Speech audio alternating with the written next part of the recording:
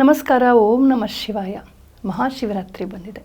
ಮಹಾಶಿವರಾತ್ರಿ ವ್ರತಾನಾಂ ಉತ್ತಮೋತ್ತಮಂ ಅಂತ ಹೇಳ್ತಾರೆ. ವ್ರತಗಳಲ್ಲೇ ಅತ್ಯಂತ ಉನ್ನತ ಮಟ್ಟದ ವ್ರತವಾಗಿದೆ ಅಂತ ಪ್ರಸಿದ್ಧ. ಪ್ರತಿ ತಿಂಗಳ ಕೃಷ್ಣ ತ್ರಯೋದಶಿಯನ್ನು ನಾವು ಮಾಸಶಿವರಾತ್ರಿ ಅಂತ ಆಚರಿಸ್ತೀವಿ. ಆದರೆ ಈ ಮಾಘದಲ್ಲಿ ಬರುವಂತಹ ಮಾಸಶಿವರಾತ್ರಿ ಮಹಾಶಿವರಾತ್ರಿ ಅಂತ ಹೇಳಲ್ಪಟ್ಟಿದೆ. ಹಲವಾರು ಕಥೆಗಳು ಇದಕ್ಕೆ ಸಂಬಂಧಪಟ್ಟಂತೆ ಇವೆ. ಪರಶಿವನು ಆನಂದ ತಾಂಡವವನ್ನು ಮಾಡಿ ಜಗತ್ತನ್ನು ಸೃಷ್ಟಿ ಮಾಡಿದ ದಿನ, ಪಾರ್ವತಿ ಪರಮೇಶ್ವರರು ಮದುವೆಯಾದ ದಿನ, ಮುಂದೊಂದು ದಿನ ಅವನು ಪ್ರಳಯ ತಾಂಡವವನ್ನು ಮಾಡಿ ಜಗತ್ತನ್ನು ತನ್ನೊಳಗೆ ಅಡಗಿಸಿಕೊಳ್ಳುವ ದಿನವೂ ಇದೇ ಆಗಿದೆ. ಇವತ್ತಿನ ದಿನ ಅವನು ವಿಶಿಷ್ಟವಾದ ಅನುಗ್ರಹವನ್ನು ಕೊಡ್ತಾನೆ. ಆಶುತೋಷನಾದ ಶಂಕರನು ಸದಾ ಭಕ್ತಾನುಗ್ರಹಕ್ಕೆ ಸಿದ್ಧ.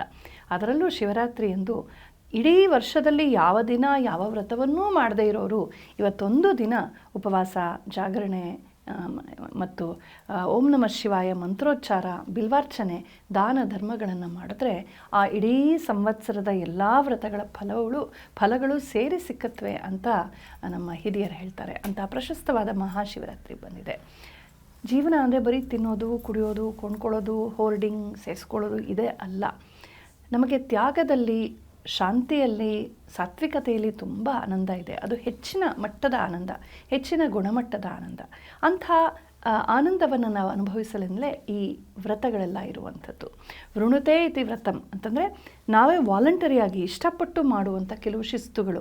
ಅದರಲ್ಲಿ ಉಪವಾಸ ಇರ್ಬೋದು, ಜಾಗರಣೆ ಇರ್ಬೋದು, ಮೌನಾಚರಣೆ ಇರ್ಬೋದು, ಅಥವಾ ಪೂಜಾದಿಗಳಿರ್ಬೋದು, ದಾನ ಧರ್ಮಗಳಿರ್ಬೋದು, ಬ್ರಹ್ಮಚರ್ಯ ಪಾಲನೆ ಇರ್ಬೋದು, ಅಥವಾ ನಮಗೆ ನಾವೇ ವಿಧಿಸ್ಕೊಳ್ಳುವಂಥ ಕೆಲವು ಕಠಿಣವಾದ ವ್ರತಗಳು. ನೆಲದಲ್ಲೇ ಮಲ್ಕೊಳ್ತೀನಿ, ಅಥವಾ ಚಾಪೆ ಮೇಲೆ ಮಲ್ಕೊಳ್ತೀನಿ, ಅಥವಾ ಬರಿಗಾಲಲ್ಲಿ ನಡೀತೀನಿ, ತೀರ್ಥಾಟನೆ ಮಾಡ್ತೀನಿ, ನಡ್ಕೊಂಡು ದೇವಸ್ಥಾನಕ್ಕೆ ಹೋಗ್ತೀನಿ, 10 ಜನರಿಗೆ ಊಟ ಹಾಕ್ಬಿಟ್ಟೆ ನಾನು ಊಟ ಮಾಡ್ತೀನಿ, ಅನ್ನದಾನ ಮಾಡ್ತೀನಿ, ಅಥವಾ ಬೇರೆ ಬೇರೆ ಹೆಜ್ಜೆ ನಮಸ್ಕಾರ ಮಾಡ್ತೀನಿ, ಹೀಗೆಲ್ಲ ಮಾಡ್ತಾರಲ್ಲ.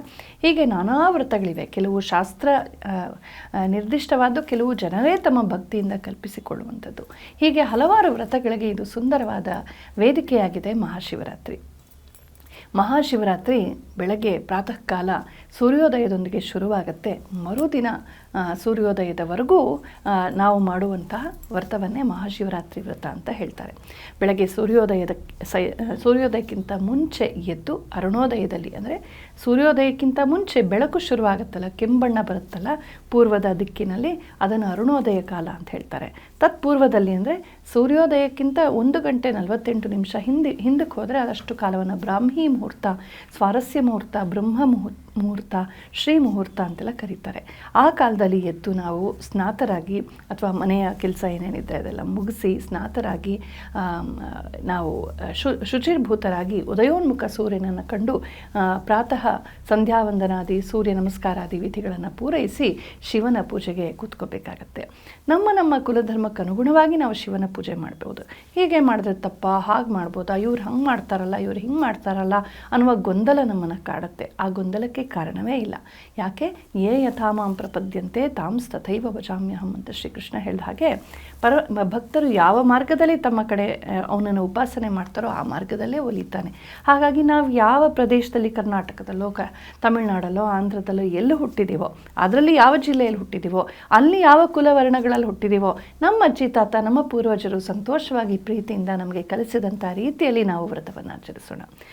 ಈ ವ್ರತದಲ್ಲೂ ವ್ಯತ್ಯಾಸಗಳು ಬರುತ್ತೆ, ಒಬ್ಬೊಬ್ಬರು ನಂತರ ಮಾಡ್ತಾರೆ. ಆದರೆ ಪ್ರಮುಖವಾಗಿ ಇಡೀ ಭಾರತದಲ್ಲಿ ಸನಾತನ ಸಂಸ್ಕೃತಿ ಹರಡಿರುವಂಥ ಎಲ್ಲ ಕಡೆಗಳಲ್ಲೂ ನಾವು ಕಾಣುವಂಥದ್ದು ಪ್ರಾತಃ ಉದಯ ಕಾಲದಿಂದ ಮರುದಿನದ ಪ್ರಾತಃ ಉದಯ ಕಾಲದವರೆಗೂ ಮಾಡುವಂತಹ ವಿಶೇಷವಾಗಿ ಉಪವಾಸದಲ್ಲಿ ಹಲವಾರು ಹಂತಗಳಿವೆ.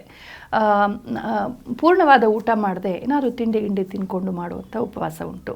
ಅಥವಾ ಹಣ್ಣು ಹಂಪಲು, ಹಾಲು, ಎಳ್ನೀರು, ಫಲರಸಗಳನ್ನು ಕುಡಿಯುವಂಥ ಉಪವಾಸ ಉಂಟು. ಅಥವಾ ಕೇವಲ ನೀರು, ಎಳ್ನೀರು, ಹಾಲು ಇವುಗಳನ್ನು ಕುಡಿದು ಮಾಡುವ ಉಪವಾಸ ಉಂಟು. ಅಥವಾ ಕೇವಲ ನೀರನ್ನು ಕುಡಿದು ಮಾಡುವ ಉಪವಾಸ ಉಂಟು. ನಿರ್ಜಲ ಉಪವಾಸವೂ ಉಂಟು. ಕೆಲವು ಬೇರೆ ವ್ರತಗಳಲ್ಲಿ ಸಾಯಂಕಾಲ ಚಂದ್ರನನ್ನು ನೋಡಿ ಆದ ಮೇಲೆ ಉಪವಾಸವನ್ನು ಮುರಿದು ಪಾರಣೆ ಮಾಡ್ತಾರೆ. ಅದನ್ನು ನಕ್ತ ಅಂತ ಹೇಳ್ತಾರೆ. ಆದರೆ ಶಿವರಾತ್ರಿನಲ್ಲಿ ನಕ್ತ ಮಾಡೋದಿಲ್ಲ. ಸಾಮಾನ್ಯವಾಗಿ ಶಿವರಾತ್ರಿಯಲ್ಲಿ ಮರುದಿನದವರೆಗೆ ನಾವು ಉಪವಾಸವನ್ನು ಮಾಡ್ತೀವಿ. ಯಥಾ ಯಥಾಶಕ್ತಿ ಯಥಾಭಕ್ತಿ ಒಂದು ದಿನವಾದರೂ ನಾವು ಶಿವನಿಗಾಗಿ ಉಪವಾಸ ಮಾಡೋಣ. ಏನಾಗಲ್ಲ, ಆರೋಗ್ಯ ಚೆನ್ನಾಗೇ ಆಗುತ್ತೆ. ಬೇಕಾದರೆ ನೀರು ಕುಡ್ಕೊಂಡು ನಾವು ಮ್ಯಾನೇಜ್ ಮಾಡ್ಬೋದು. ಯಥಾಶಕ್ತಿ ಸ್ವಲ್ಪವಾದರೂ ಉಪವಾಸವನ್ನು ಮಾಡಬೇಕು. ಈ ಶಿವರಾತ್ರಿಯಿಂದಾದರೂ ಆಚೆ ಹೋಗಿ ತಿನ್ನೋದು ಅಲ್ಲಿ ಇಲ್ಲಿ, ಏಕೆಂದರೆ ಸ್ನಾನ ಮಾಡಿ ಮಡಿಯಾಗಿ ಶುಚಿರ್ಭೂತರಾಗಿ ದೇವರಿಗೆ ನೈವೇದ್ಯ ಮಾಡಿ ತಿನ್ನೋದನ್ನು ವ್ರತ ಹಬ್ಬಗಳ ದಿನ ತಿನ್ನೋದನ್ನು ಇಟ್ಕೋಬೇಕು. ಕೆಲವರು ಶಿವರಾತ್ರಿ ಮಾಡ್ತೀವಿ ಅಂತ ರಾತ್ರಿಯೆಲ್ಲ ಹೋಟ್ಲಲ್ಲಿ ತಿನ್ಕೊಂಡು ಓಡಾಡ್ಕೊಳೋದು ಯಾವ ಜಾಗರಣೆ, ಯಾವ ವ್ರತ ಅದು? ವ್ರತಕ್ಕೆ ಅದರದ್ದೇ ಆದ ಒಂದು ಸ್ಯಾಂಕ್ಟಿಟಿ ಇರುತ್ತೆ. ವರ್ಷದ ಇಡೀ ದಿನ ಇದನ್ನೆಲ್ಲ ಮಾಡೋದಿದ್ದೇ ಇರುತ್ತೆ. ಆದರೆ ಶಿವರಾತ್ರಿಯ ದಿನ ಸಂಯಮಕ್ಕೆ ವಿಶೇಷವಾದಂಥ ಆದ್ಯತೆ. ಹಾಗಾಗಿ ಇಂದ್ರಿಯಗಳನ್ನು ಸಂಯಮಗೊಳಿಸಬೇಕು, ಬ್ರಹ್ಮಚರ್ಯ ಪಾಲನೆ ಮಾಡಬೇಕು, ಶುಚಿಯಾಗಿರಬೇಕು. ಸಾಧ್ಯವಾದ ದ್ವಿಕಾಲವೋ ತ್ರಿಕಾಲವೋ ಸ್ನಾನ ಮಾಡಿ ಓಂ ನಮಃ ಶಿವಾಯ ಜಪ ಮಾಡ್ತಾ ಬಿಲ್ವಾರ್ಚನೆ ಮಾಡ್ತಾ ಶಿವಲಿಂಗಕ್ಕೆ, ನಾನಾ ಬಗೆಯ ಶಿವಲಿಂಗಗಳಿವೆ. ಸ್ಫಟಿಕಲಿಂಗ ಇರ್ಬೋದು, ಬಾಣಲಿಂಗ ಇರ್ಬೋದು, ದಾರುಲಿಂಗ ಇರ್ಬೋದು, ಅಥವಾ ಶಾಲಗ್ರಾಮ ಶಿಲೆಯ ಲಿಂಗ ಇರ್ಬೋದು, ಸ್ಫಟಿಕಲಿಂಗ ಇರ್ಬೋದು, ಅಥವಾ ಲೋಹಗಳ ಲಿಂಗಗಳಿರ್ಬೋದು. ಯಾವುದೇ ಪ್ರಕಾರದ ಲಿಂಗ ಮನೆಯಲ್ಲಿದ್ದರೆ ಅದಕ್ಕೆ ನಾವು ಪಂಚಾಮೃತದ ಅಭಿಷೇಕವನ್ನು ಮಾಡಿ ವಿಧಿಯುಕ್ತವಾದಂಥ ಮಂತ್ರಗಳನ್ನು ಹೇಳಿ ಅಥವಾ ಪುರೋಹಿತರನ್ನು ಕರೆಸಿಯೇ ಮಾಡಿಸ್ಬೋದು. ಒಟ್ಟಿನಲ್ಲಿ ಶಿವಪೂಜೆಯನ್ನು, ಬಿಲ್ವಾರ್ಚನೆಯನ್ನು ವಿಶೇಷವಾಗಿ ಮಾಡತಕ್ಕದ್ದು. ಕನಿಷ್ಠ 108 ಸಲವಾದರೂ ಕುಳಿತು ನಾವು ಓಂ ನಮಃ ಶಿವಾಯ ಅಂತನ್ನುವ ಈ ಪಂಚಾಕ್ಷರಿ ಅಥವಾ ಷಡಕ್ಷರಿ ಮಂತ್ರವನ್ನು ಹೇಳಬೇಕು. ನಮಃ ಶಿವಾಯ ಅನ್ನುವಾಗ ನಮಃ ಶಿವಾಯ ಅನ್ನುವ 5 ಅಕ್ಷರಗಳ ಪಂಚಾಕ್ಷರಿ ಆಗುತ್ತೆ. ಓಂ ಸೇರಿಸಿದಾಗ ಓಂ ನಮಃ ಶಿವಾಯ ಅಂತನ್ನುವ ಷಡಕ್ಷರಿ ಮಂತ್ರವಾಗುತ್ತೆ. ಈ ಷಡಕ್ಷರಿ ಮಂತ್ರವನ್ನು ಮಹಾಮಂತ್ರ ಅಂತ ವೇದಗಳು ಹೇಳಿವೆ, ನಮ್ಮ ಪುರಾಣಗಳು ಹೇಳಿವೆ. ಅಂಥ ಓಂ ನಮಃ ಶಿವಾಯ ಅಂತನ್ನುವ ಈ ಮಹಾಮಂತ್ರವನ್ನು ವ್ಯಾಸರೇ ನಮ್ಮೆಲ್ಲರಿಗೂ ಕೂಡ ದೀಕ್ಷೆ ಕೊಟ್ಬಿಟ್ಟಿದ್ದಾರೆ. ಹಾಗಾಗಿ ಎಲ್ಲರೂ ಹೇಳಬಹುದು. ಯಾವುದೇ ಕುಲ, ಜಾತಿ, ವರ್ಣ, ಲಿಂಗ ಭೇದವಿಲ್ಲದೆ ಸರ್ವರಿಗೂ ಸಲ್ಲುವಂತಹ ಮಹಾಮಂತ್ರ ಈ ಷಡಕ್ಷರಿ ಮಂತ್ರ. ಹಾಗಾಗಿ ಶುಚಿರ್ಭೂತರಾಗಿ ಈ ಷಡಕ್ಷರಿ ಮಂತ್ರವನ್ನು ಜಪ ಮಾಡ್ತಾ ಸಾಧ್ಯವಾದರೆ ದಿನವಿಡೀ ನಾವು ಓಂ ನಮಃ ಶಿವಾಯ ಹೇಳ್ತಾ ಇರೋಣ. ಬಿಲ್ವಾರ್ಚನೆಯನ್ನು ಮಾಡೋಣ. ಬಿಲ್ವ ತುಂಬ ಇಷ್ಟವಂತೆ ಶಿವನಿಗೆ.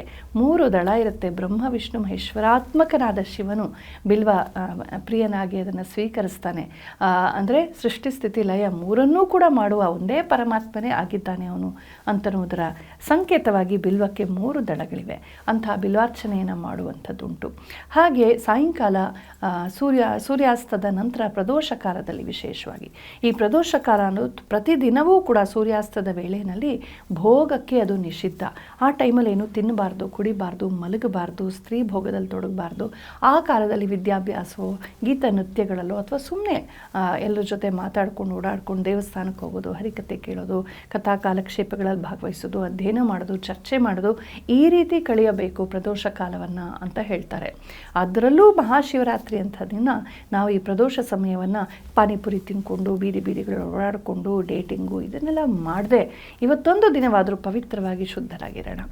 ನಮ್ಮ ಮನಸ್ಸು ಇಂದ್ರಿಯಗಳನ್ನು ಹೇಗಂದರೆ ಹಾಗೆ ಹರಿಯ ಬಿಡೋದು ದೊಡ್ಡತನವಲ್ಲ, ಅದು ಪ್ರೋಗ್ರೆಸ್ಸೂ ಅಲ್ಲ, ಅದು ಫನ್ನೂ ಅಲ್ಲ, ಅದು ಏನೂ ಅಲ್ಲ. ಅದು ನಮ್ಮ ಇಂದ್ರಿಯಗಳ ಶಕ್ತಿಯ ವ್ಯಯ, ನಮ್ಮ ಯೌವನದ ವ್ಯಯ, ನಮ್ಮ ಮನಸ್ಸಿನ ಭಾವದ ವ್ಯಯ. ಕನಿಷ್ಠ ಪಕ್ಷ ಶಿವರಾತ್ರಿ ಅಂತ ಪವಿತ್ರ ದಿನವಾದರೂ ನಾವು ಈ ಆಚೆ ಹೋಗಿ ತಿನ್ನೋದು, ಓಡಾಡೋದು, ಈ ವೇಸ್ಟ್ ಆಫ್ ಟೈಮ್ ಇದನ್ನು ತಡೆಗಟ್ಟಿ ನಾವು ಅಂತರ್ಮುಖವಾಗುವ ಪ್ರಯತ್ನವನ್ನು ಮಾಡೋಣ.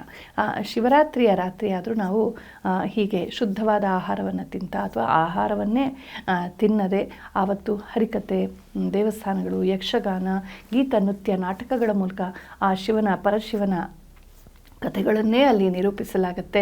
ಅಥವಾ ಉಪನ್ಯಾಸಗಳು ನಡೀಬೋದು, ಸತ್ಸಂಗಗಳು ನಡೀಬೋದು, ಭಜನೆಗಳು ನಡೀಬೋದು, ಅಥವಾ ಎಷ್ಟೊಂದು ದೇವಸ್ಥಾನಗಳಿವೆ. ಒಂದು ಗಾಡಿ ಮಾಡಿಕೊಂಡು ಎಲ್ಲರೂ ದೇವಸ್ಥಾನದಿಂದ ದೇವಸ್ಥಾನಕ್ಕೆ ಯಾತ್ರೆ ಹೋಗ್ಬೋದು. ಆದಷ್ಟು ಪ್ರಾಚೀನ ಗುಡಿಗಳಿಗೆ ಹೋಗಿ ಶಿವರಾತ್ರಿಯ ಹಿನ್ನೆಲೆಯಲ್ಲಿ ನಮ್ಮ ಬೆಂಗಳೂರಿನ ಅಕ್ಕಪಕ್ಕ ಎಷ್ಟೋ ಪಾಳು ಬಿದ್ದಂಥ ಗುಡಿಗಳೆಲ್ಲ ಇವೆ. ರಾಜರ ಕಾಲದಲ್ಲಿ ಅದಕ್ಕೆಲ್ಲ ಒಳ್ಳೆ ಪೋಷಣೆ ಇರ್ತಾ ಇತ್ತು, ಜನರು ತುಂಬ ಚೆನ್ನಾಗಿ ನಡೆಸ್ತಾ ಇದ್ರು. ಯಾವಾಗ ಈ ಆಕ್ರಮಣಗಳೆಲ್ಲ ಆದಮೇಲೆ ಆಮೇಲೆ ಸ್ವಾತಂತ್ರ್ಯೋತ್ತರದಲ್ಲೂ ನಮ್ಮ ಸರ್ಕಾರಕ್ಕೆ ಯಾವುದೇ ಒಂದು ಈ ಧರ್ಮದ ಬಗ್ಗೆ ಒಂದು ಗೌರವ ಇಲ್ವೋ, ಆಗ ನಮ್ಮ ಎಷ್ಟೋ ಪುರಾತನವಾದ ಒಳ್ಳೊಳ್ಳೆ ದೇವಸ್ಥಾನಗಳು ತುಂಬ ದುಸ್ಥಿತಿಯಲ್ಲಿವೆ. ಈ ಸಂದರ್ಭದಲ್ಲಿ ನಾವು ನಮ್ಮ ಮನೇಲಿ ಮಾತ್ರ ಚೆನ್ನಾಗಿಟ್ಕೊಳ್ತೀವಲ್ಲ, ನಮ್ಮ ದೇವತೆಗಳ ಆಗರವನ್ನು ಯಾಕಿಷ್ಟು ಕೆಟ್ಟದಾಗಿ ಇಟ್ಕೊಂಡಿದ್ದೀವಿ? ನಾವೆಲ್ಲರೂ ಜೊತೆಗೂಡಿ ಚಿಕ್ಕ ಚಿಕ್ಕ ಗುಂಪು ಮಾಡಿಕೊಂಡು ಪ್ರಾಚೀನ ಗುಡಿಗಳನ್ನು ಶುದ್ಧಗೊಳಿಸ್ಬೋದು, ಕಲ್ಯಾಣಿಗಳನ್ನು ಶುದ್ಧಗೊಳಿಸ್ಬೋದು, ಅಲ್ಲಿ ಮತ್ತೊಮ್ಮೆ ಪೂಜೆಯನ್ನು ಪುನರಾರಂಭಿಸ್ಬೋದು, ಅಲ್ಲಿ ಹೋಗಿ ಭಜನೆ ಮಾಡ್ಬೋದು, ಅಲ್ಲಿ ಹೋಗಿ ಒಟ್ಟಿಗೆ ಸತ್ಸಂಗ ಮಾಡ್ಬೋದು. ನಮ್ಮ ಊರಿನ ಅಕ್ಕಪಕ್ಕದಲ್ಲಿ ಅಂಥ ಒಂದು ಶಿಥಿಲಾವಸ್ಥೆಯಲ್ಲಿರುವಂಥ ಗುಡಿಗಳಿದ್ದರೆ ಅದನ್ನು ಪುನರುಜ್ಜೀವಿಸೋಣ.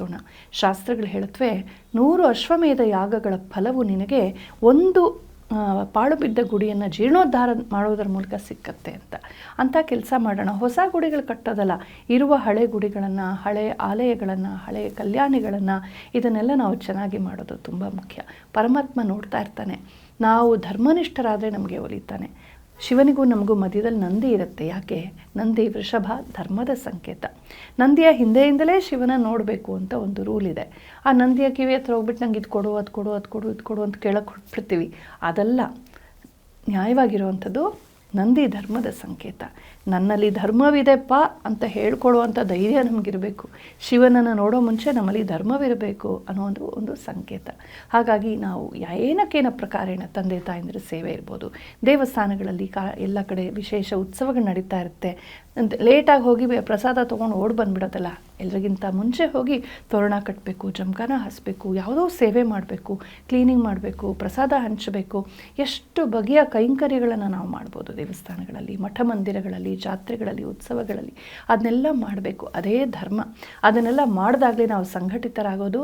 ನಿಜವಾದ ವ್ರತ ಆವಾಗ ಪೂರ್ಣವಾಗುತ್ತೆ.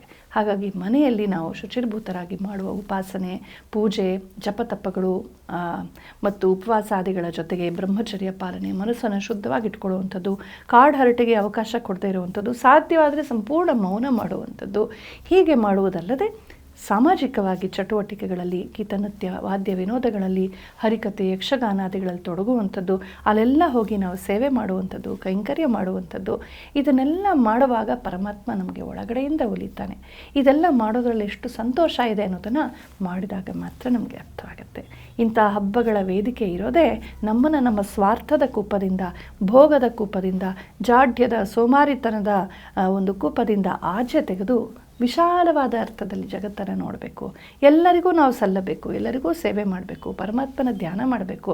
ನಮ್ಮ ಈ ಚಿಕ್ಕ ಸ್ವಾರ್ಥದ ಮಾನವ ಗೂಡಿನಿಂದ ಆಚೆ ಬಂದು ದೈವತ್ವದ ಬೋಧೆಯನ್ನು ಪಡಿಬೇಕು. ಇಡೀ ಪರಿಸರದಲ್ಲಿ ಸುತ್ತಲೂ ಎಲ್ಲೆಲ್ಲೂ ದೇವರನ್ನು ಕಾಣುವಂತಾಗಲಿ ಅಂತಲೇ ಈ ಹಬ್ಬಗಳು ಬರುವಂಥದ್ದು. ಹಾಗಾಗಿ ಸುಮ್ಮನೆ ಮಾಡೋ ಬದಲು ಅರಿತು ಆಚರಿಸೋಣ, ಪರಮಾತ್ಮನ ಕೃಪೆಗೆ ಪಾತ್ರರಾಗೋಣ. ಎಲ್ಲರಿಗೂ ಮಹಾಶಿವರಾತ್ರಿ ಹಬ್ಬದ ಹಾರ್ದಿಕ ಶುಭಾಶಯಗಳು. ಓಂ ನಮಃ ಶಿವಾಯ.